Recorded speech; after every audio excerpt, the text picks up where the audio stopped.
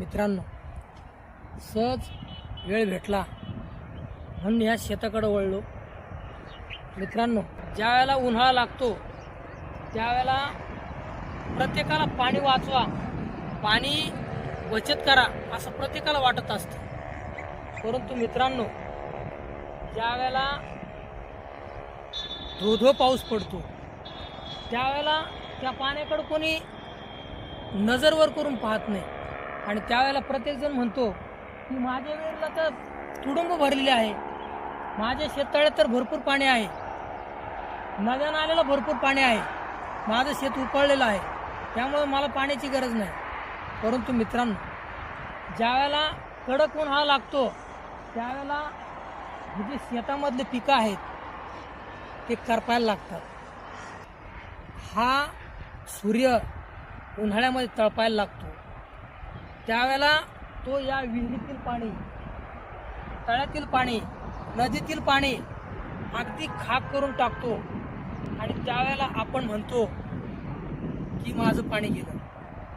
आपल्या डोळ्या देखत शेतामध्ये उभी पीक असलेलं ते वाळायला लागतात, आपली हातची मेहनत वाया जाते, खिशातला पैसा वाया जातो.